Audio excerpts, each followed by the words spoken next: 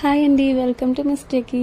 So నేను జెప్టోలో soaps order పెట్టుకున్నాను. ఎలా వచ్చాయా అని చెప్పి చూస్తున్నాను అనమాట. ఏంటి ఈ మధ్యన సోప్స్ కొన్నా కూడా వీడియోస్ తీయడం మొదలెట్టేశారా అంటే, సోప్స్ గురించి కాదండి.